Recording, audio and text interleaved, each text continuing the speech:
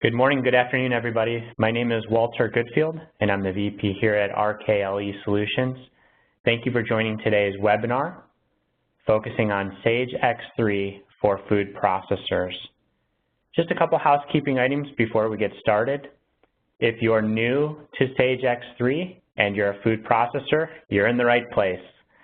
Today we're going to talk about what makes Sage X3 unique for food processors. We're going to focus on specific information and capabilities built into Sage X3. If you are a Sage X3 user, hopefully this will be a refresher for you of some of the capabilities that you should be taking a look at deploying in your environment. During today's session, all lines are muted. I am recording today's session in case you need to take a break or pause the presentation. We will go ahead and distribute that afterwards. And then finally, since all lines are muted, we do encourage you to submit questions. You can do so via the chat feature or the Q&A capability within the browser window. Before we get started, there's also an opportunity to maximize your desktop area. So right above the viewing area of WebEx Event Center, you should be able to maximize your desktop. And then finally, today's agenda, joining me, Chad, if you want to go ahead. Joining me today is Chad Childers. Chad Childers is semi-retired. He likes to golf and spend time with his grandkids, and every so often we're lucky enough to pull him away and help us with our pre-sales delivery. Chet's been doing pre-sales for several years, has had many managerial roles both within and outside ERP, and today Chet's going to walk us through Sage X3 for the food processing and focus again on those critical requirements that food processors rely on every day. Go ahead, Chet. Let's first start by talking about RKL eSolutions. RKL eSolutions is a Sage partner. We're a national partner focusing on many different Sage products and complementary solutions. We've got offices from Boston to Northern California. Our presence is based in Lancaster in central PA, and we are 81 employees and growing within our Sage ERP footprint. Next slide. If you're not familiar with Sage, Sage is a publisher, in fact, the third largest publisher of software, enterprise software worldwide. They have almost 14,000 employees, 6 million customers, and a portfolio that's really the rivalry and envy of many of the competitors. Sage actually focuses on ERP software for startup enterprises through scale-up all the way to enterprise applications. Today we're going to talk about Sage X3 because it's a great product in the mid-market, but because it also focuses on the industries, specifically food. Go ahead, Chad. I'd be remiss without talking about our experience with food and process manufacturers especially. So this is a portfolio of some of our Sage customers using Sage X3 in food applications. And it's a great smorgasbord of companies ranging from flavoring and seasonings to canned applications, soups, even breweries, and meats and cheeses. If you're interested in talking to any of these companies, feel free to contact us. We'll have some contact information at the end, and we'd love to share our customer stories with you. Next slide, Chet. At this point, we're going to transition over to Chet. Chet's going to talk about some of those critical requirements that are unique to food processors, and we'll jump right into a demonstration of the software. Take it away, Chet. Okay, thank you, Walt. As Walt said, my name is Chet Childers. I'm actually showing you Sage X3 as the product today focused on the food industry. For those of you who aren't familiar with Sage and its product portfolio, Sage X3 is the global solution offered throughout the world by Sage. It is the only global solution offered to the world by Sage. And there's a couple of unique things that you'll see in the product as I show it to you today. One of the key things is it's entirely web-based, which basically means that you can use a browser to access the product. It doesn't matter which browser you use. Could be Microsoft Edge, could be Internet Explorer, could be Google Chrome, could be Mozilla Firefox. All that we care about is that it's a HTML5 browser, and that's all we really care about. As far as the product, it'll look the same no matter which browser that you use it in. The good thing, because it's browser-based, it gives you great portability. You can run it off your desktop computer, your laptop computer, your tablet, your iPhone. It eliminates a lot of hassles from the IT point of view, so because there's no separate client install. All they do is just use the regular browser that they have. So as I'm using the product today, you'll see entirely me using, in this case, I chose to use Firefox today. When I use Firefox, well, I just felt like it was a Firefox day. Some days I use Google Chrome, some days I use Internet Explorer, some days I use Apple Safari on my MacBook. It's just whatever the mood strikes me on that particular day. Now, you'll actually see more of X3 as we get into it, but just to give you a little flavor first, what are some key things that X3 meets from a food and beverage best practices point of view? There's roughly 10 different things up here, and we'll actually take a look at some of these as we go through the process today. You'll see a lot about regulatory compliance, FDA, USDA, and some of the others. Quality assurance is always an issue in the food and beverage. That could be from raw materials all the way up to finished goods. So given time, we'll talk briefly about quality and how that works within X3.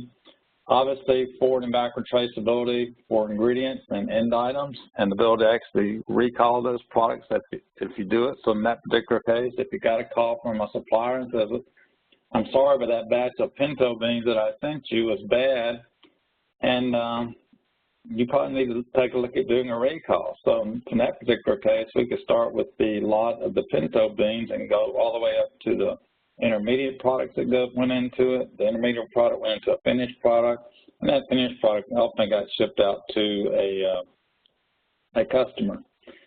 As far as doing your production process, it could be a batch process where you make batches of food, or it could be a continuous process where you're constantly processing the food. It's really your choice. X3 adapts to both of those very well. Always in the process industry, you have an issue with formula and recipe management and some attributes about products that come into play. And we'll talk about that because that's some things that start setting up the differences between a discrete manufacturing solution and a process manufacturing solution, and especially a process manufacturing solution devoted to food. And what gives you a transition to that, the next one you'll see up here is allergen designation. While in other process industries, such as chemicals or life sciences, allergens don't come into play, but they do actually come into play from a field point of view. And one of the things we have in the capability of X3 is actually roll up the allergen content from the raw materials up to the finished goods. Also, sometimes in the food industry, you'll see multiple packaging units per product. And what that basically means is I can have one product ID, and I could pack it in a 12-pack, a 16-pack, a 24-pack. Now, some food manufacturers will actually come up with a separate product ID for the 12-pack, the 16-pack, the 24-pack, and that's fine. The beauty of X3 is you can actually do it either way. So that comes in handy. Of course, shelf life management is a big thing as far as defining the shelf life of the finished products as well as the shelf life of the raw material. Associated with the shelf life of the finished products is a use before date. You might even have specific use before dates by customer. So in one case, one customer may want a use before date that's 20 days before the lot's actually going to expire, whereas another customer will make 40-day use before date before the lot's going to expire. So from a shelf management point of view, we get into the ability of defining lots, use before dates, things such as that. From a costing point of view, you'll see a variety of things, the way that food manufacturers process or calculate costs. Some use standards, some use average costs, some use a lot cost.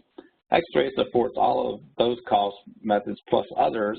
And the beauty of X3 is you can actually define the costing method by product, by site. So I suppose you have a multi-site environment. You got 2 manufacturing plants. Well, in one plant, you might decide to make product X using standard costs. And another manufacturing site, you might decide to make product X using average cost. And that's perfectly fine in the way that you do that. Also comes in the case the labeling and nutritional value. Then associated with, you'll see also in the food processing environments, you've got to have a strong order fulfillment. And when we talk about strong order fulfillment, not only is that the ease of processing a sales order, but you'll get into some pretty sophisticated pricing algorithms as far as how you're going to price the product. You'll get into promotional type pricing, promotional pricing based on time and day, promotional pricing based on like buy one, get one free, or buy 3 of this and get that. Buy a total number of products out of a group. Let's suppose you got 10 products in the group. We don't care which 10 you buy, as long as they total up to be 100 cases, and we'll give you a discount on the group price.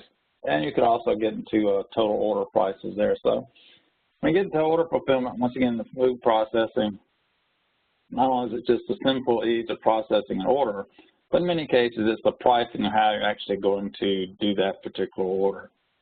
Now, if you can actually come and take a look at X3, you can actually take a look at food and beverage highlights and divide it into these 8 different areas.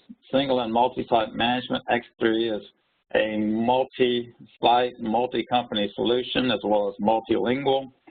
We won't spend any time on that today simply because there's a lot more exciting things to do. We'll take a look at formula and recipe management, and we'll talk about some of the product definitions and that stuff based on some of the things that we've talked about. Planning and scheduling can be very interesting in the food industry from a scheduling point of view. You need to know your allergens so you don't so you know whether you need to have a cleanup between maybe the production lines, things such as that, or maybe you want to run all your allergens together as a group, things such as that, which goes into the batch production. And as I said earlier, it could be a batch production, either oral continuous. Inventory management is always an issue, and then inventory management from the ability to actually control lots, and which leads us into quality management. We're actually going to set up different quality criteria by the supplier that we buy it from, or things such as that. And then lot tracking and traceability, and then the full regulatory compliance and reporting. Before we get into the specifics of them, I'm just going to jump over to X3 real quick, give you a little preview of it. This is X3. It's running in a browser. One of the key things about X3 is your ability to have your own landing page. You'll see multiple landing pages on here. Okay, so we got a stock landing page, a manufacturing, a purchasing, sales, mobile sales, etc. Now, what you'll also see within X3 is a concept called visual processes, which basically makes it much easier to navigate within X3 because the visual process represents a business process. In this particular case, this one that we're looking at, this is sort of an all-encompassing one that talks about everything from CRM till we get over to the financial side, AP and AR, talking about purchasing of raw materials, talking about production, that stuff, and then some of the common data, various types of inquiries. Now, what you can also see, for example, if you want something a little more specific, if it came under my product definition, here we're talking about a visual process specifically for how we define products, product categories, products, product sites, etc. The beauty of these, as I tell people, all you have to do is follow the bouncing ball. So here, you're bouncing balls. So, for example, if I actually want to go into products real quick, I just move my cursor over there. It's going to take me directly into products, and I can work from the products from that particular point of view. We actually deliver over 150 of these visual processes with the base system. You can take them, you can actually change them to fit your business environment. Perhaps in your business environment, you don't work with work centers or standard operations or routings. Well, you just take them off the visual process and go about your business. You could add other things to them if you wanted to. The beauty of these is they're very much like working with a diagram within Microsoft PowerPoint, drag and drop. You drop the object, you link the function to it, you go about your business.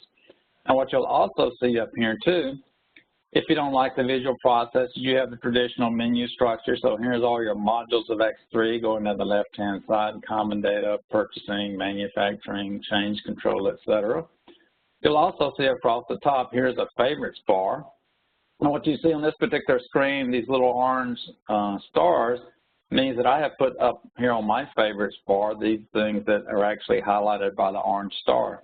And I could add to it, I could edit this bar, etc. And the beauty of X3 is you can work off the favorites bar, you can work off the traditional menu page, you can work off the visual processes, you can mix and match, you can do whatever you want associated with those. So it makes it very easy to pick up X3 and you learn about it. Another key thing on the landing pages are what we call requesters. These are actually showing you exception conditions. So in this particular case, here's my stock that's sitting in QC.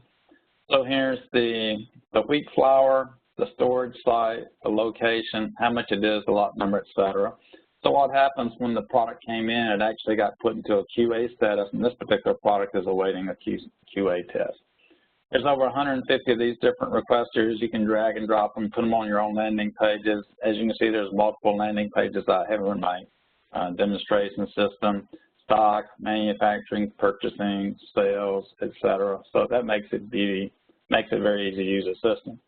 Let's go back and talk about some of these specific things that are related to the food and beverage industry. We'll talk very quickly about formula and recipe management.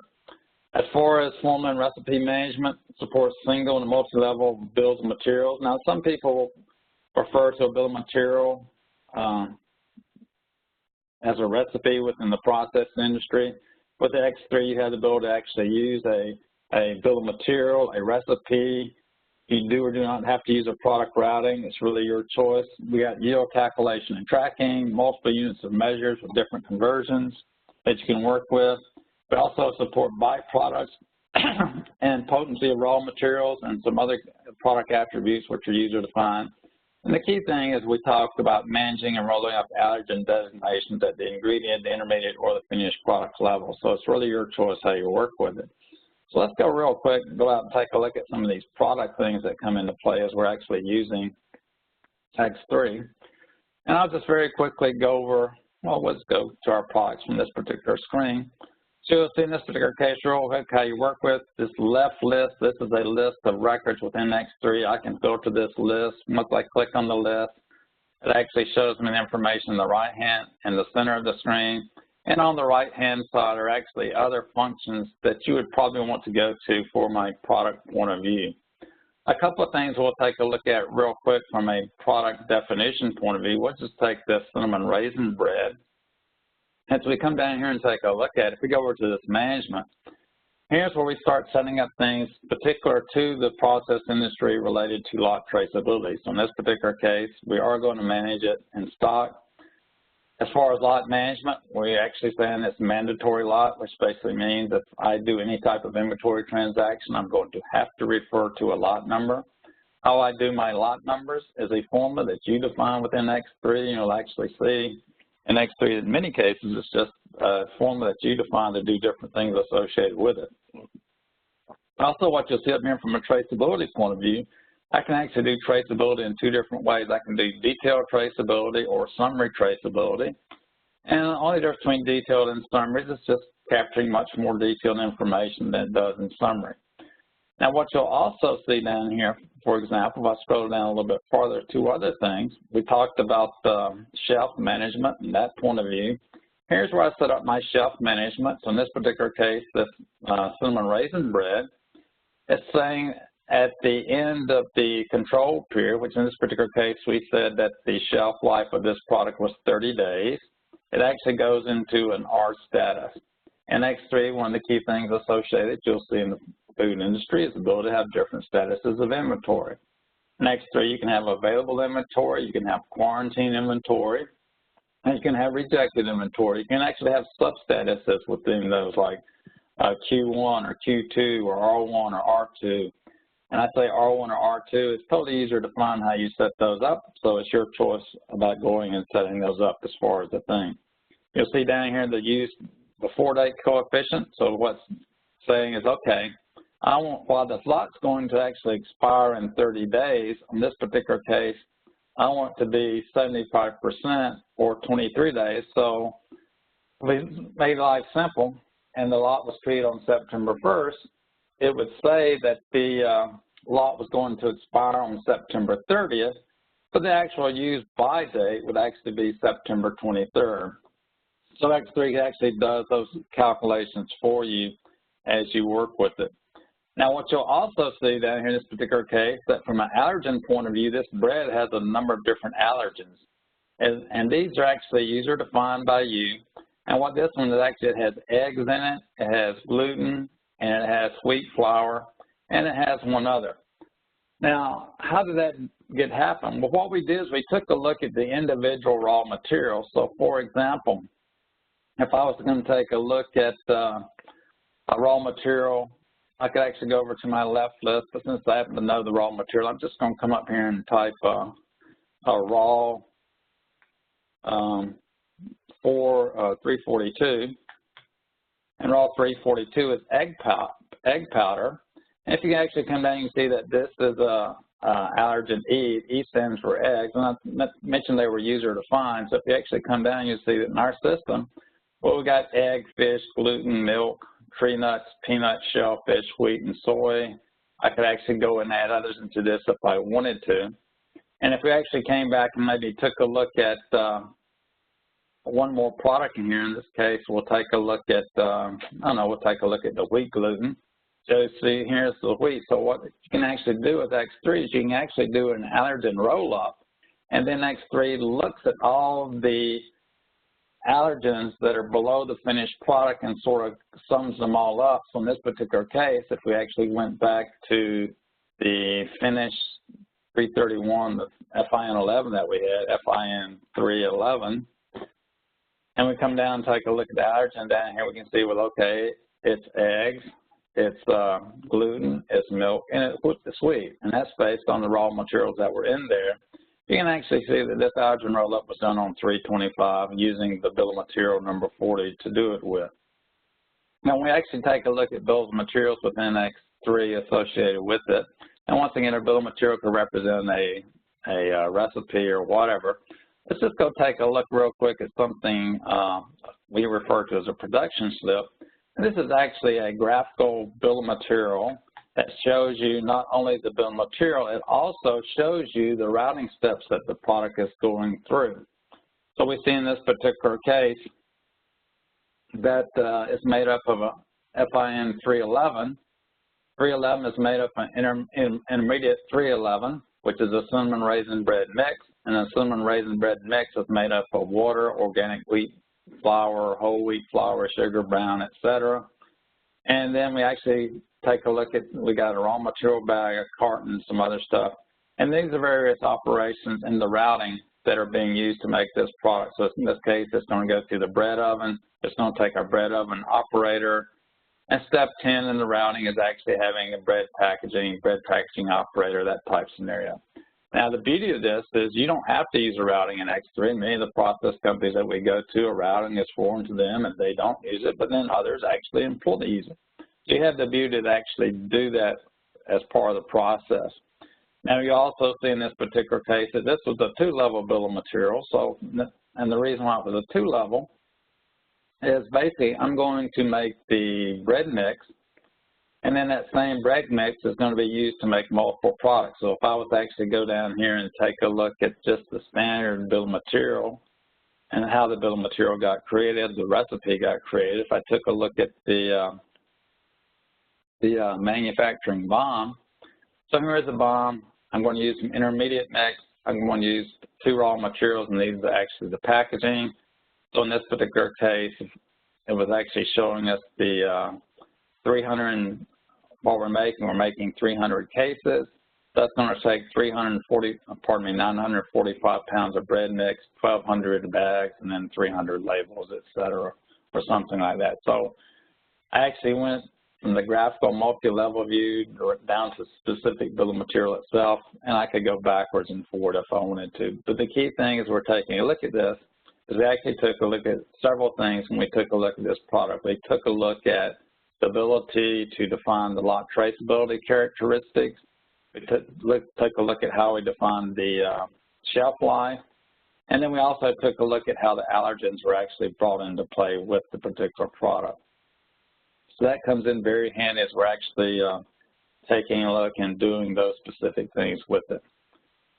So if we would actually go back and take a look at a few other things in here based on the time we have. A couple of other things we might take a look at is inventory management. When we take a look at inventory management, one of the key things that we take a look at there is as far as doing inventory transactions within Sage X3, you can actually use RF type barcode devices. We can get very sophisticated in how we define our bin locations and those type scenarios. We can actually support directed put away and pick, things such as that. Shelf life management will actually show us the lots that we have on stock, whether they're expired or not. And actually, when we take a look at some lots here in a moment, we'll actually see that there's some color coding associated with lots, and that makes use of something in X3 called conditional formatting, where I can make colors change on the screen to actually show me different characteristics of a product just by the color it is. And then we can also keep track of very detailed locations, that kind of stuff. We can look at inventory from a summary point of view, from a detailed point of view, that type scenario. We can look across multiple sites at one time if we wanted to. So that's one of the key things about X3 is because of its multi-site capability. Unlike some of the other Sage products where you're sort of restricted to the site and the company that you're working in and what you see, X3 can actually look across multiple companies, multiple sites to see inventory balances, different types of costing, that type scenario. So for example, if we were to actually go back and take a look, just go back to our main graphic here. Let's just say we wanted to see stock by site. I'm actually going to bring up a product here real quick. 1 second here, let my screen catch up. I forgot to set up something this morning, so it's setting up for me right now. There we go.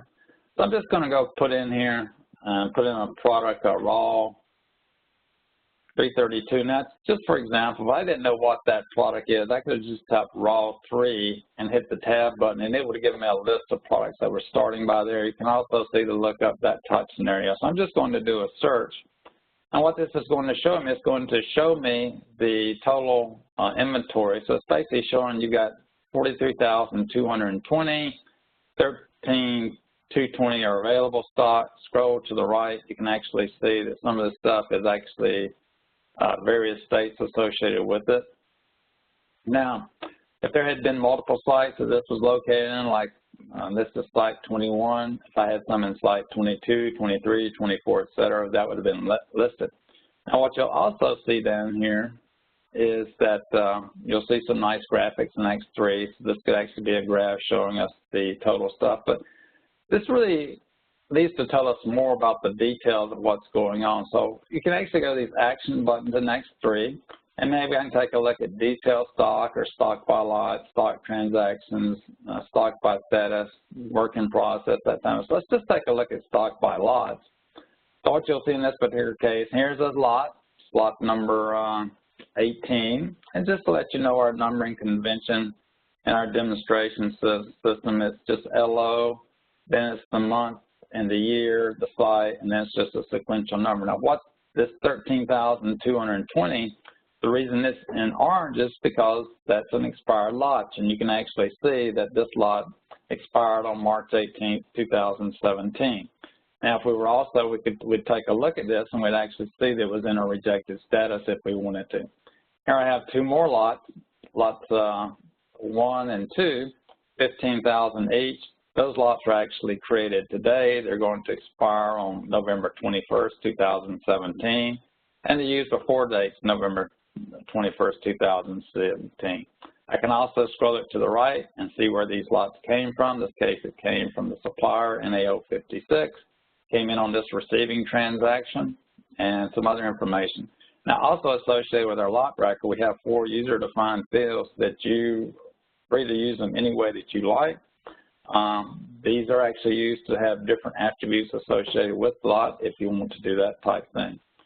Now what you'll also see down here, so here I'm seeing my detailed stuff, but I'm going to actually go take a look at some other things associated with it. You'll also see down here that I could actually total up the lots, quantities, and that stuff. So if I just came up here and hit yes and total the search again, it would actually see where here's my totals of the quantities. That's another thing you can do with X3 is you can dynamically change the screens and work with it in different ways. So if we were to actually close this out, let's just go back and take a look at some other things associated with it. When we go back, as I mentioned, lot traceability is a big thing associated with the food and beverage industry because you have to track the stuff in case there's an issue. So if you go take a look at your lot tracking, the key thing about the lot tracking in X3 is totally automated. It takes place based on the transactions that take place in X3. It's forward, backward traceability, goes across the supply chain. It can be done at the lot level, the batch level, the supplier level.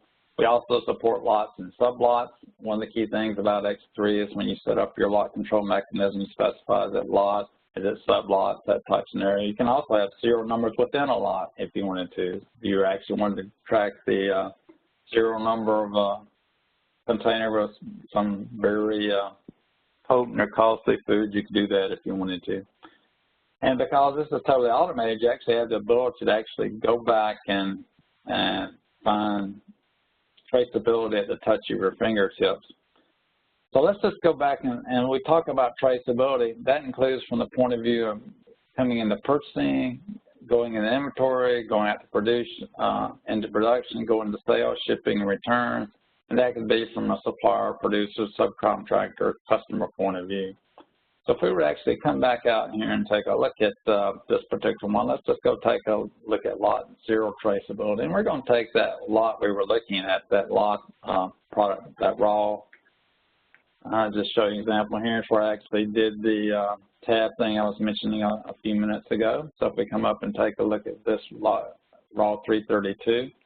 Well, what lot number do I want to take a look at? I'm just going to pull a lot at random that I know has a lot of stuff. So now we're looking backward traceability. If this was a lot, sublot, I would specify my sublot. So I'm going to tell it to display the selection. So what's happened is this particular lot, and I'm actually going to make this screen a little bit bigger for you. So in this case, I had a supplier receipt. Now you can actually see this particular lot has been used in 3 different places. It came in on a supplier receipt, so it came in supplier receipt 78. Same 78 here, same 78 here. But that lot got used in 3 different places, and it actually came from supplier NAO 56, which is the Cargill. So that 14,500 that came in, it went in and out of QC as part of the QC process.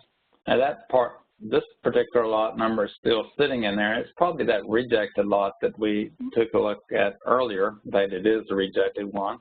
But here the lot came in, went in and out of QC, and then it got issued to a production order. There's a production order that got issued to, and then some more of that same lot got issued to a second production order, and then finally a third production order. So this is actually showing us where the lot came in, what happened to it. But then the question becomes, okay, what happened from this point forward? So if we were to actually go back here and take a look at forward traceability and then just talk to display the selection again, we'll see a lot more information. So in that particular case, that raw 332, 3820 got issued to a work order. That work order was to make an intermediate 311. So there was a receipt of 74,655 pounds of that. And that actually went in to make some cinnamon bread. So here's the lot number of the cinnamon bread that it actually made. And then that particular lot number of cinnamon bread, that lot number 25, got shipped out 6,600 cases to a customer on the shipment transaction, you can see the number 083. And let's go to the right, you'll actually see it went to customer NAO6, which was Cisco Supply. Now, if I wanted to, I could actually go in specifically to see that shipment transaction from here. So if I was to actually come over to my action button I could actually just go directly into the entry or the transaction that took that place. So not only do you have the summary look of what took place with that particular lot, you also have the ability to actually go see all the transactions that generated these entries within it. So in this particular case, we started at a lot of a raw material. We found out how that lot of raw material came in. We saw how that raw material was used to make an intermediate product. And then we saw how that intermediate product was used to make a finished product. And we also saw where that finished product got shipped to as far as a customer point of view. So we got full visibility of things associated with the lot traceability aspects that we talked about. Now, if we actually go back and take a look at a couple of other things in here that are probably particular to you and your particular industry. We talked about quality real quick, because all this stuff that was taking place associated with the slots was actually set up to actually do the quality point of view. So as far as doing QC testing, you can conduct your inspections throughout the process at raw material receipt, during production of intermediates, during production of finished goods, doing specific tests as part of it.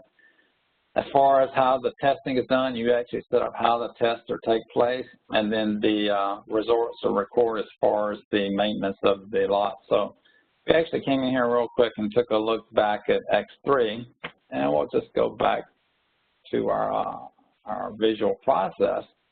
From a quality control point of view, simple thing, you set up questions, and questions are just another word for a test. Then you say what tests are going to be done. Those are on a technical sheet. And then you take the technical sheet and you supply or assign it to a supplier product combination or product site combination or that type stuff. And you can also use these tests to actually set up QC requests of retest of lots that are expired or about to expire. You can also go, as I mentioned, do the lot traceability, and you can also go and do lot modification. So let's suppose that you have a lot that for some reason you can't extend the expiration date on it. You can go into lot modification and do that. So as far as setting up QC, as I mentioned, there's questions. In this case, here's different types of questions. There's a test here for material grade, pH, viscosity, percent solids. Now you'll actually, some of these tests are actually have numeric ranges. In this case, it's 4 to 12. The default is 7. You might actually see percent moisture, that type scenario. So you actually set up these different tests that can be performed. And they could be simple lists that they select from, like material grade. So if we actually took a look at the material grade, we can do a couple of quick things there. Now, if we actually come take a look at these tests, we put those in a technical sheet. So in this particular case, so here's a food raw materials. In this particular case, we're going to check two things. We're going to check, did they send us the raw material certification? So that's just a yes/no question. And then we're going to actually check the moisture content of the products. In this case, it's going to be a percent moisture.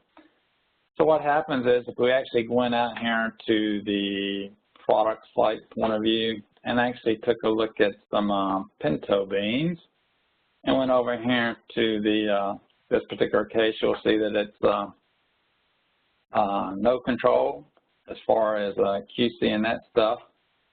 If I was actually set that up, actually the reason is that because I've actually got it set at the supplier level. What this QC management means is that when it comes into play, if I say that it's non-changeable, what that means is automatically going into quarantine. You have no choice associated with it.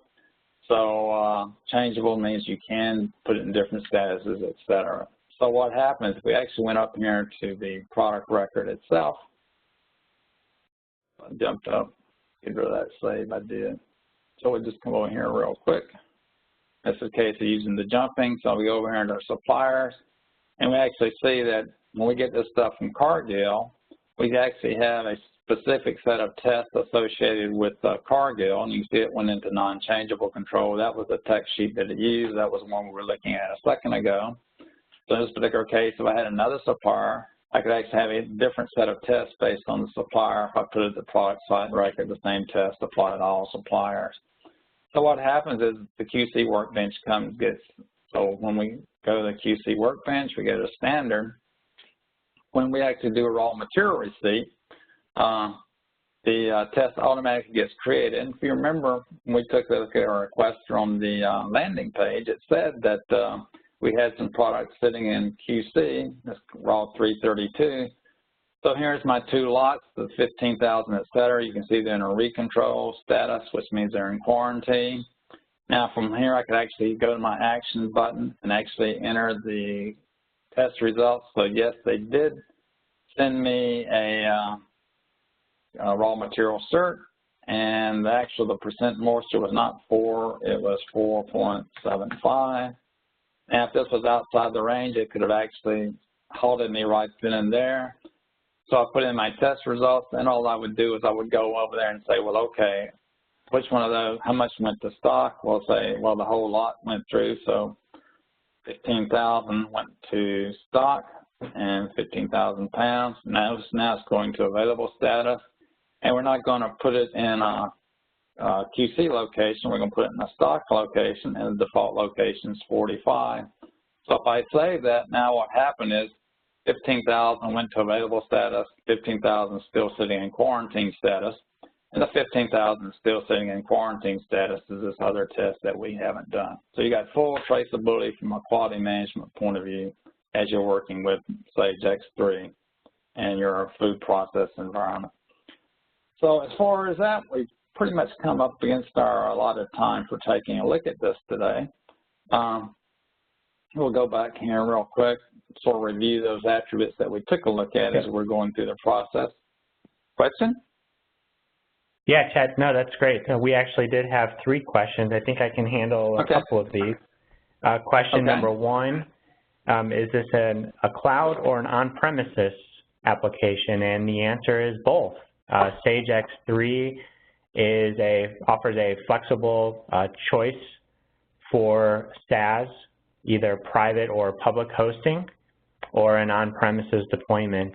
We'd be happy to talk to you more about what makes sense for your environment and your investment. Question number 2, does Sage X3 handle palletization? And I will take a stab at that one too, Chet. The answer is yes. Palletization can be accommodated in Sage X3 using the unit of measure. So you can have an each to a case, to a carton, to a pallet, and all of those are different unit of measures that are managed at the item level. It's managed as a unit of measure conversion if the same SKUs are on the same pallet. If you have mixed SKUs on a pallet, that does require an add-on from one of the Sage endorsed solutions. And then finally, question number 3, does Sage X3 handle MRP? And again, the answer is yes. In fact, as a reminder, today's session was focusing on the business characteristics or the needs that are unique to food processors. But underneath all of the capabilities that Chet showed today is a strong financials application and distribution environment with inventory management and planning. Okay, well, just thanks, Walt. Just summarizing real quick, well, I think we touched on many of these things today. Unfortunately, we have time to cover them all in detail, but we talked about regulatory compliance from FDA point of view, which really goes back to traceability and some other things. Quality, we spent some time at. Forward and backward traceability, the formula and recipe management engine, the allergen descriptions. I actually had our multiple packaging units and measures set up for you, but ran out of time. We talked about shelf life, we talked about product and process costing, and then we touched on the order fulfillment beginning.